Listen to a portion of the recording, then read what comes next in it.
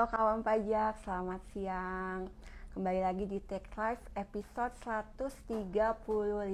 Nah, sebelum kita mulai, mohon nih dibantu kawan pajak untuk men-selling kegiatan kita pada hari ini ya. Di Tech Live kan ada selling gitu ya. Untuk kemudian disebarluaskan kepada teman, sahabat, pasangan gitu ya. Biar nanti yang membutuhkan informasi perpajakan terkait e-faktur 4.0 bisa bergabung dan mendengarkan sama-sama terkait pembahasan di materi Tax Live episode 135 ini. Ya, ayo kawan pajak. Dan juga boleh nih saya menyapa-nyapa kawan pajak lainnya. Boleh di komen di kolom chat gitu ya. Dari mana nih kawan pajak asalnya, dan bisa juga menyapa teman pajak lainnya gitu ya.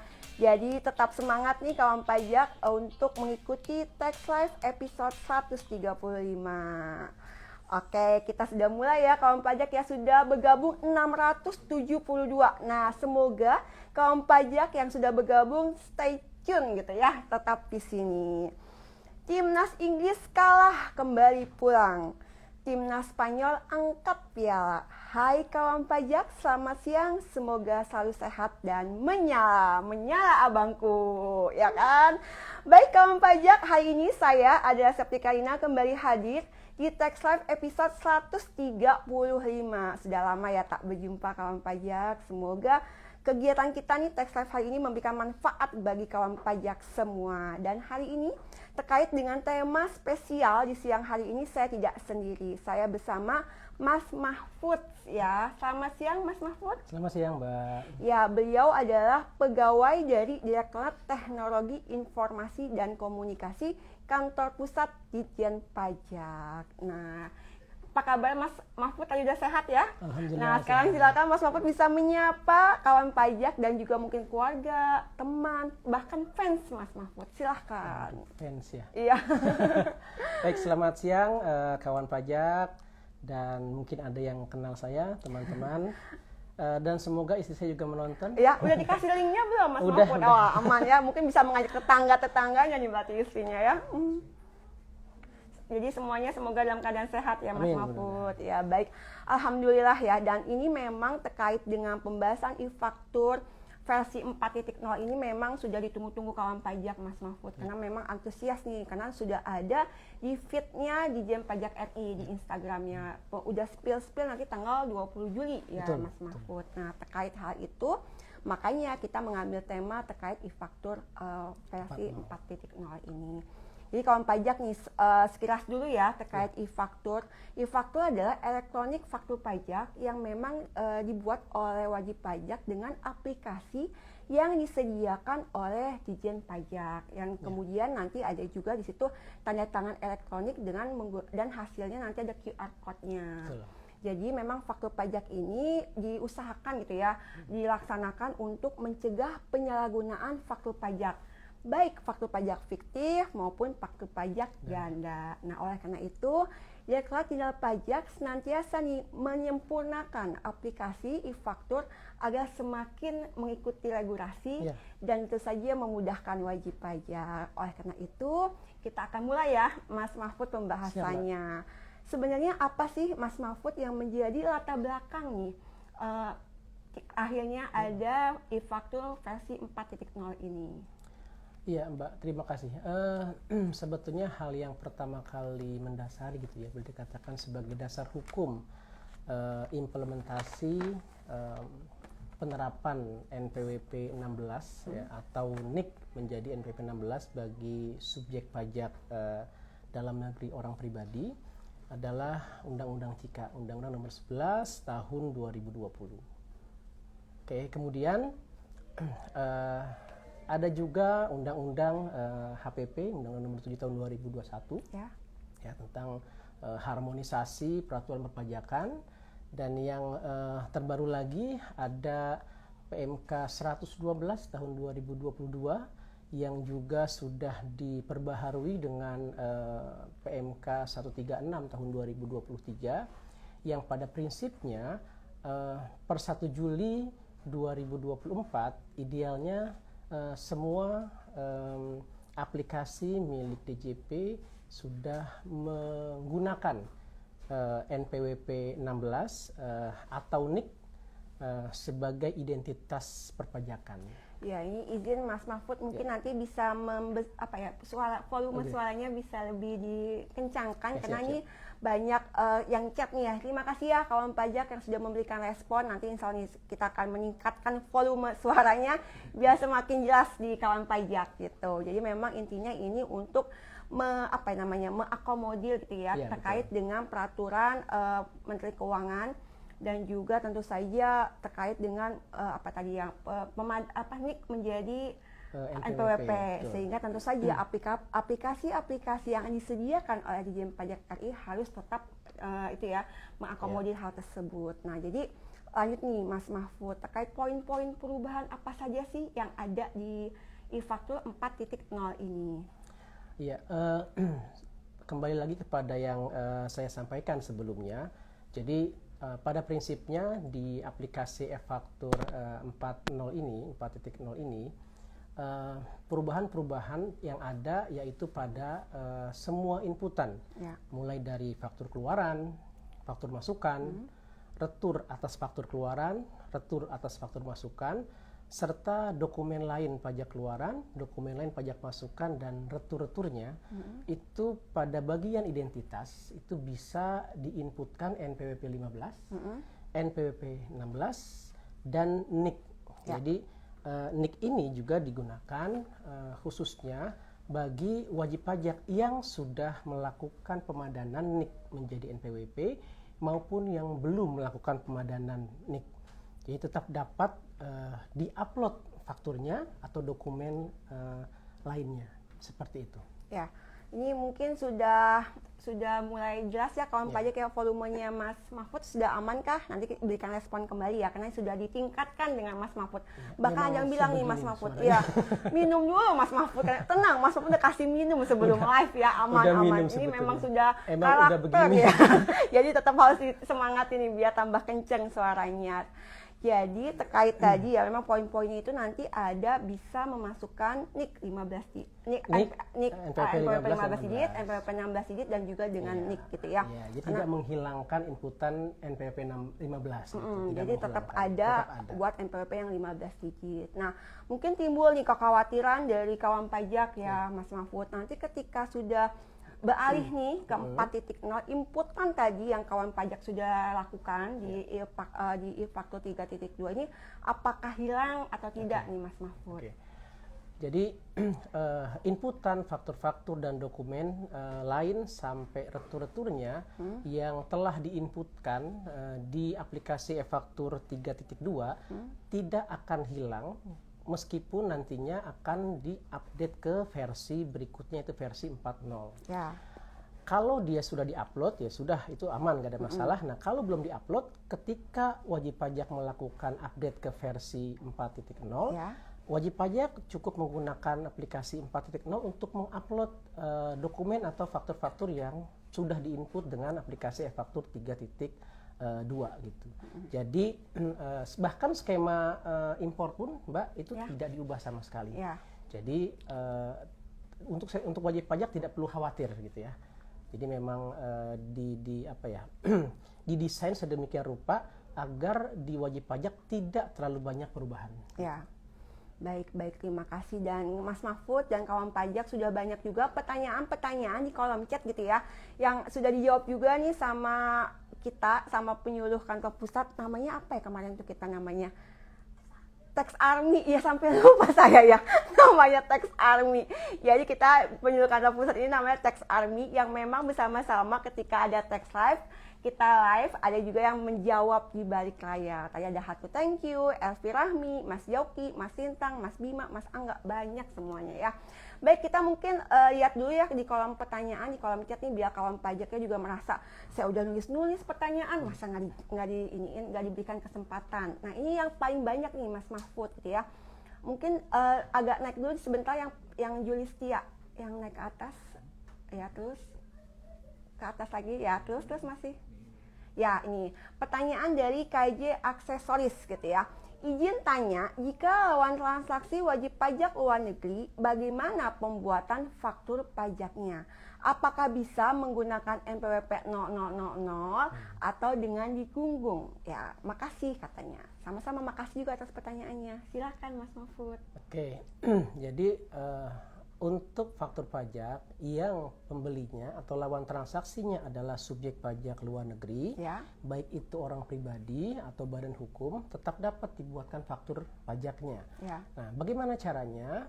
Pada identitas, kolom identitas, nanti bisa diinputkan NPWP 000 sebanyak 15 digit atau 16 digit, tidak ada masalah. Kemudian pada bagian paspor, jika dia subjek pajak luar negerinya adalah orang pribadi, bisa diinputkan nomor paspornya di situ dan tidak dilakukan validasi, gitu ya. Mungkin berbeda kalau di IREK kan ada validasi ke imigrasi gitu ya. Tapi kalau di e-faktur tidak ada validasinya. Nah, kalau di subjek pajaknya badan hukum, pada bagian nomor paspor ini bisa dikosongkan. Jadi tidak ada masalah seperti itu. Nah, kaitan dengan faktur pajak eceran ya kalau memang si pembelinya merupakan konsumen akhir ya maka tidak ada masalah untuk dilakukan apa ya istilahnya ya. Tidak perlu dibuatkan faktur pajak tapi nanti masukannya ke poin yang digunggung dengan catatan pembelinya adalah konsumen akhir. Itu pun tidak semua jenis transaksi yang dibolehkan untuk dibuatkan faktur pajak digunggung gitu Mbak. Ya, jadi cukup jelas ya kawan pajak. Dan mungkin juga kita ngasih tahu dulu nih Mas Mahfud. Jadi tanggal 20 Juli itu ada masa henti dulu ya, downtime dari jam 9 pagi sampai dengan jam 7 malam. Nah, jadi ini nanti kawan pajak yang menggunakan e-faktur ditahan dulu gitu ya Mas Mahfud ya. Jangan dulu digunakan, nanti setelah jam 7 malam baru nanti kawan pajak bisa menginstal aplikasi faktur pajak 4.0. Nah, mungkin terkait dengan hal ini, bagaimana sih cara backup data wajib pajak biar aman nih Mas Mahfud sebelum nanti masa downtime ini? Sebetulnya dari teman-teman humas gitu ya, itu sudah membuatkan semacam buku panduan ya.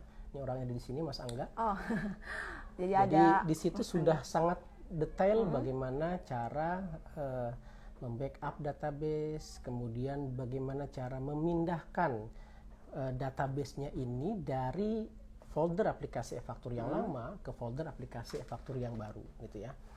Nah, sederhananya di dalam folder e-faktur itu sebetulnya database e-faktur hanya berada di folder DB.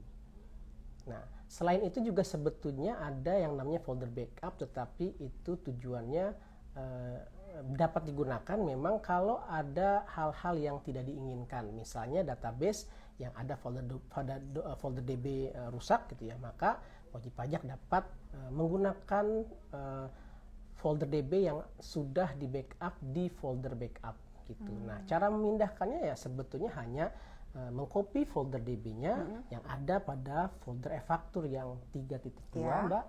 Kemudian di paste atau ditempel ke folder e-faktur yang terbaru yang versi 4.0. Seperti itu saja gitu. Jadi kawan pajak cukup tadi ya memindahkan database yang di faktur pajak 3.2 ke database yang folder 4.0. Sekian dan terima kasih ya. Berarti sebenarnya gampang dan mudah. Sekian, tapi hanya dipastikan ya ketika nanti melakukan melakukan pemindahan datanya, pastikan sudah jelas, sudah lengkap gitu ya Mas Mahfud ya. Kalau masalah kelengkapan data yang ada pada database itu sekali lagi diserahkan kepada wajib pajaknya Mbak. Jadi pada prinsipnya wajib pajak yang ingin beralih menggunakan e-faktur 4.0 pada tanggal 20 nanti itu cukup memindahkan aja database-nya, tapi jangan di-cut sekali lagi, jangan di-cut tapi di-copy saja gitu ya, agar wajib pajak tetap memiliki backup yang ada di folder e-faktur 3.2. Nah, ini cukup penting ya kawan pajak ya. Kemudian apa saja sih langkah-langkah awal nanti ketika pasca update nih kawan pajak mesti ngapain lagi nih Mas Mahfud? Nah, karena ada beberapa informasi yang ditambahkan baik itu di dashboard e-faktur ya, dashboard e-faktur dan profil PKP, maka setelah dilakukan update ke versi 4.0, kemudian ketika dijalankan kan biasa ada yang muter-muter Mbak. Ya. Nah itu sebetulnya proses membackup, kemudian mengupdate versi database-nya supaya sama dengan versi aplikasi yaitu 4.0. Nah setelah terbuka aplikasinya, seperti biasa wajib pajak melakukan login dan pertama kali harus mengakses menu manajemen upload, kemudian ada submenu yang namanya profil PKP. Nah, di situ diklik di situ, kemudian lakukan sinkronisasi profil PKP.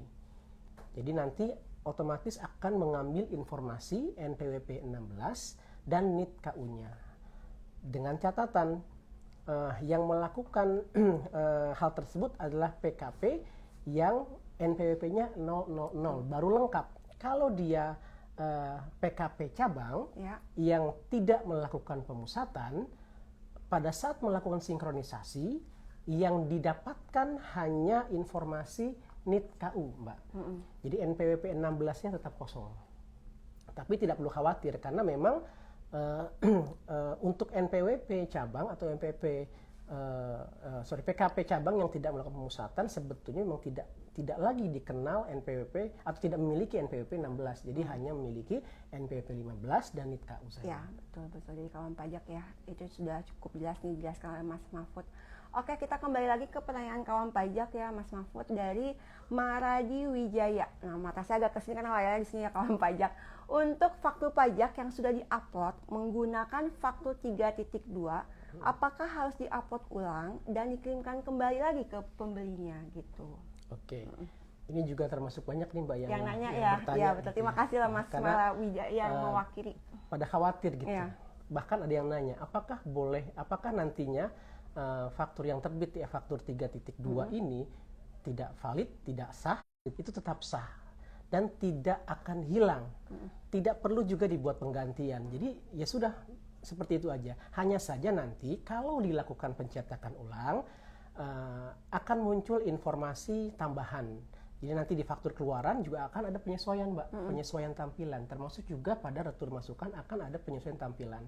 Akan ketambahan informasi berupa NPWP 16, kemudian NIT KU-nya. Baik di sisi penjual maupun di sisi pembeli pada bagian identitas. Jadi udah otomatis ketika nanti dilakukan cetakan ulang, sudah otomatis ada perubahan gitu ya, penyempurnaan terkait NPWP 16 digit dan NIT KU-nya. Nah, gitu. Perbedaannya adalah kalau di-uploadnya sebelum e-faktur 4.0, data NIT KU dan NPWP 16-nya itu masih dash atau strip gitu. Jadi tidak terisi.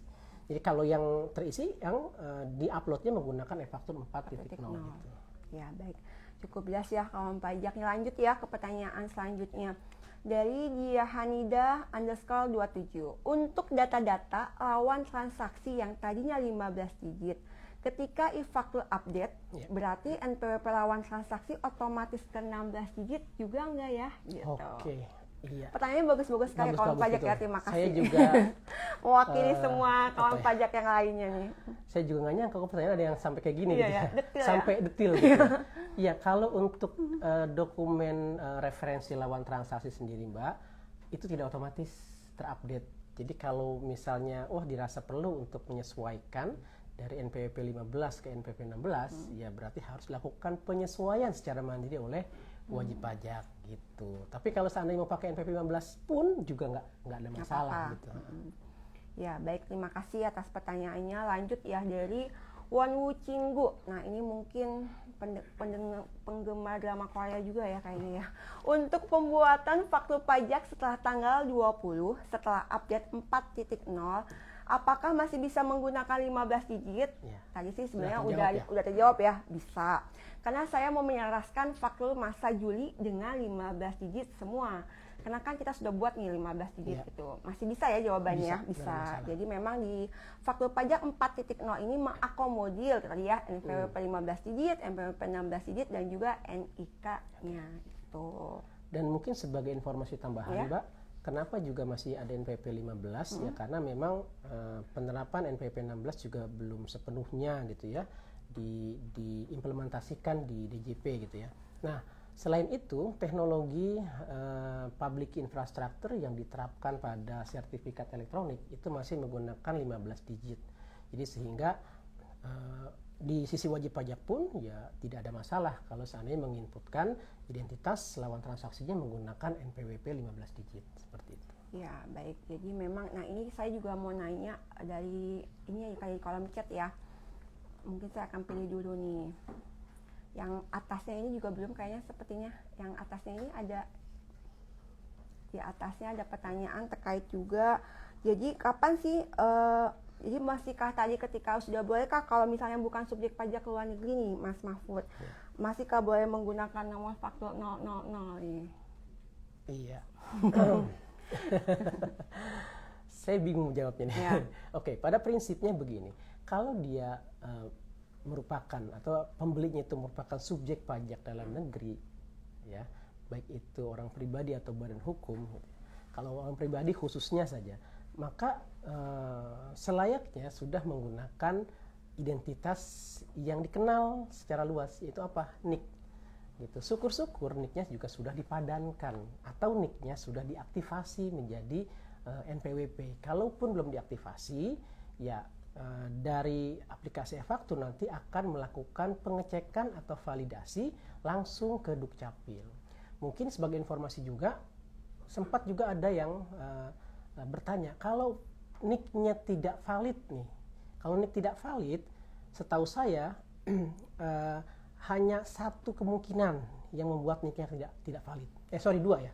Yang pertama belum sinkronisasi. Kalau belum sinkron dari Dukcapil lokal atau Dukcapil daerah gitu ya, maka harus datang nih ke Dukcapil daerahnya untuk melakukan konfirmasi seperti itu agar datanya segera diupload. Atau yang kedua, biasanya yang dihapus NIK-nya kalau sudah meninggal begitu Mbak. Jadi dua kemungkinan itu aja. Pertama belum sinkron, yang kedua sudah meninggal. Seperti itu. Tadi juga di kolom chat di awal-awal banyak yang bilang nih belum pemadanan. Nah mungkin kedepannya juga sembari kita bahas ya, semuanya harus lakukan pemadanan. Langsung aja buka di menu profilnya, kemudian masukkan NIK, kemudian divalidasi. Dan semudah itu, karena memang nanti kedepannya kita harus mendukung satu data untuk Indonesia. Baik, kita balik lagi aja ke pertanyaan kolom chat ya Bapak Ibu, yang tadi yang dua di atas belum saya tanyakan. Nah ini dari ya salah sudah dari ini aja ya, Cenaulik ya. Nah ini nggak apa-apa ya Mas, aman ya kita tanyain ya Pak, jika OP orang pribadi sebelumnya belum punya NPWP dan belum juga lakukan pemadanan NIK jadi NPWP, apakah NIK dari orang pribadi tersebut bisa diupload ke dalam e-faktur? Ya, jawabannya bisa. Seperti yang sudah saya sampaikan tadi. Jadi selama data NIK-nya itu valid gitu ya, dan ada di Dukcapil, seharusnya ketika diupload fakturnya menggunakan NIK tadi itu akan sukses. Tetapi perlu yang menjadi perhatian Mbak, yang divalidasi tidak hanya NIK nantinya, tetapi juga nama. Nah terkadang nama yang ada pada cetakan IKTP bisa saja berbeda dengan data yang ada pada sistem Dukcapil. Meskipun tidak banyak, tetapi kalau perbandingannya seluruh Indonesia yang jadi banyak gitu ya, mungkin ada ribuan seperti itu. Tapi dari sisi wajib pajak sendiri harus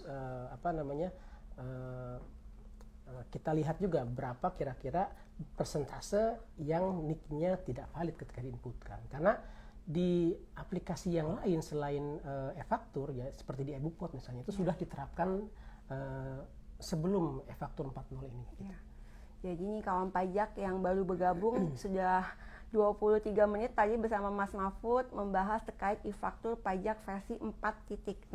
Nah mungkin bagi yang ketinggalan, nanti insya Allah ini ada di listnya di Dijen Pajak RI, kawan pajak bisa membuka kembali historinya dan mendengarkan kembali percakapan kita terkait materi ini gitu ya, e-faktur pajak 4.0. Dan terima kasih juga nih kawan pajak yang sudah bergabung ya, sudah 1.200-an, dan alhamdulillah semoga tetap bertahan dan yang informasi-informasi yang kami sampaikan bermanfaat. Jadi intinya kita sampaikan kemarin sekilas yang pembahasan tadi ya Mas Mahfud. Jadi memang ketika menggunakan e-faktur pajak versi 4.0 ini, insya Allah data-data yang tersimpan di 3.2 akan otomatis tersimpan dan tidak akan hilang. Ketika nanti e-faktur pajak versi 4.0 ini bisa mengakomodir NPWP 15 digit, NPWP 16 digit, dan juga NIK. Nah ini jadi apalagi nih yang bisa kita tanyakan kepada Mas Mahfud nih kawan pajak, semuanya sudah bisa ya, sudah ditanyakan. Intinya adalah ketika misalnya kawan pajak mengalami kesulitan ketika mengunduh aplikasi 4.0 ini, bisa bertanya langsung gitu ya ke call center kami gitu, yang pajak 1500 ataupun di pajak.go.id itu di kolom kanan bawahnya yang paling bawah ada tanya Fiska, itu juga bisa ditanyakan gitu. Kemudian yang saya ingin tanyakan nih, langkah-langkah untuk tanggal 20. Nah, ini kan sudah sekarang 20 di hari Sabtu ya Mas Mahfud gitu ya. Sebenarnya di 2 hari lagi. Nah, itu apa saja nih yang harus tadi kan sudah disiapkan oleh wajib pajak. Nah, langkah-langkah kembali kita jelaskan kembali kepada wajib pajak. Iya, yang pertama sih wajib pajak juga perlu menyiapkan mental gitu ya. Menyiapkan mental ya perlu juga bercanda. Tetap menyala. Ya, intinya jangan buru-buru juga menggunakan aplikasi e-faktur 4.0. Jadi pada prinsipnya lakukan backup terlebih dahulu terhadap database-nya. Backup ini bisa folder DB-nya itu bisa dikompres misalnya menjadi zip, RAR atau 7zip, kemudian di-upload atau diletakkan di tempat yang lain gitu ya. Jadi kalau ada apa-apa tetap bisa menggunakan backup-nya itu untuk di-update ulang di aplikasi e-faktur 4.0. Paling seperti itu aja sih. Fokus utamanya itu. Iya, dan jangan nanti pas tanggal 20 Juli itu dari jam 9 pagi, jam 7 malam, mohon wajib pajak menunda dulu gitu ya. Menunda proses upload. Iya, betul, menunda proses upload karena lagi ada masa downtime atau masa henti aplikasi e-faktur pajak untuk update ke 4.0 gitu ya. Baik, kawan pajak, masih ada 3 menit lagi nih Mas Mahfud gitu ya. Tadi sudah dijelaskan juga langkah-langkah dan semoga nanti juga Pak kawan pajak bisa lebih memahami terkait 4.0. Siapkan mental, jangan takut dulu gitu ya, karena memang ini untuk menyempurnakan aplikasi e-faktur gitu ya, untuk mengakomodir NPWP 15 digit, NPWP 16 digit dan juga NIK gitu ya. Jadi tetap bisa menggunakan NPWP 15 digit gitu. Baik, kawan pajak, sekian saja nih pembincangan kita terkait e-faktur pajak 4.0 ini. Semoga memberikan manfaat untuk kawan pajak. Nanti jika ada pertanyaan-pertanyaan lain bisa ditanyakan di kolom mana Mas Mahfud? kolom di Twitternya ada klik pajak King pajak gitu, di sana ada untuk pertanyaan-pertanyaan bisa ditanyakan di sana juga. Nah, ini juga mungkin yang paling penting juga Mas Mahfud, ketika kita nanti di tanggal 20 Juli itu gitu ya, kawan pajak ini benar-benar harus jangan melakukan apapun juga gitu ya. Iya, selama proses downtime-nya berlangsung gitu. Jadi bukannya sekarang nggak boleh upload, bukan, tapi nanti tanggal 20 dari jam 9 sampai jam 7 malam jangan sampai melakukan start uploader dan mengupload data karena pasti akan reject juga. Iya. Gitu. Jadi pastikan dulu diselesaikan sekarang, kemudian nanti ketika sudah di-update gitu ya aplikasi 4.0-nya, kemudian barulah melaksanakan kewajiban perpajakannya, bikin faktur, kemudian juga kita pajak masukan, kemudian pajak keluarannya dilaksanakan dengan secara baik gitu ya. Karena nanti ketika sudah update ke versi 4.0, maka e-faktur 3.2 ini akan dinonaktifkan, tidak dapat lagi digunakan untuk mengupload faktur. Tapi bisa dibuka untuk melihat data-data saja boleh. Dengan catatan sebelum menggunakan aplikasi yang lama nanti ya internetnya harus dimatikan terlebih dahulu supaya aplikasi yang lama dapat dibuka untuk melihat data-data yang lama. Gitu. Nah, ini juga penting tadi ya, kita belum dapat informasinya, jika memang tidak bisa lagi digunakan gitu ya untuk penguploadan, hanya bisa melihat data-data yang sudah masuk ke sana. Ini penting banget kawan pajak. Jadi memang sudah kita benar-benar menuju aplikasi faktur pajak 4.0 ini gitu. Baik, sudah cukup waktunya nih, sudah setengah jam bersama. Mohon maaf ya kawan pajak jika banyak pertanyaan-pertanyaan yang belum disampaikan. Tadi juga sudah ada poin-poin pentingnya yang sudah disampaikan oleh Mas Mahfud. Kita intinya tadi kawan pajak memang memastikan agar harus update gitu ya informasi perpajakan, dan memang di akun Instagram Dijen Pajak RI pun sudah ada feed-nya yang berisi informasi terkait apa aja yang harus disiapkan, kemudian juga langkah-langkah keamanan untuk wajib pajak segera nanti melakukan update di aplikasi e-faktur 4.0 ini. Baik, kawan pajak, terima kasih atas kehadirannya. Semoga senantiasa sehat dan memberikan kebahagiaan bagi lingkungan sekitarnya. Dan kami adalah serta Mas Mahfud izin pamit. Assalamualaikum warahmatullahi wabarakatuh. Pajak kuat, APBN kuat, Indonesia sejahtera.